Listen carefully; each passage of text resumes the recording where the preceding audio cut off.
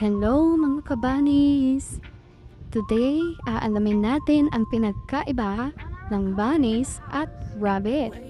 Alam niyo po ba kung anong pinagkaiba nila? Sa tingin niyo ba sa mga itsura? Maliit ay bunnies, malaki ay rabbit?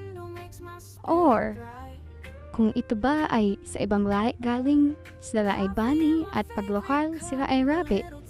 Pues, para sa inyong dagdag kaalaman, ang pinagkaiba po ng rabbit at bunnies ay ang kanilang spelling.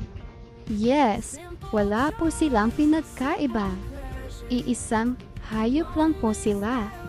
Ang bunnies at rabbit ay pareho. Gusto nyo tawagin silang medyo formal, rabbit ang itawag nyo sa kanila.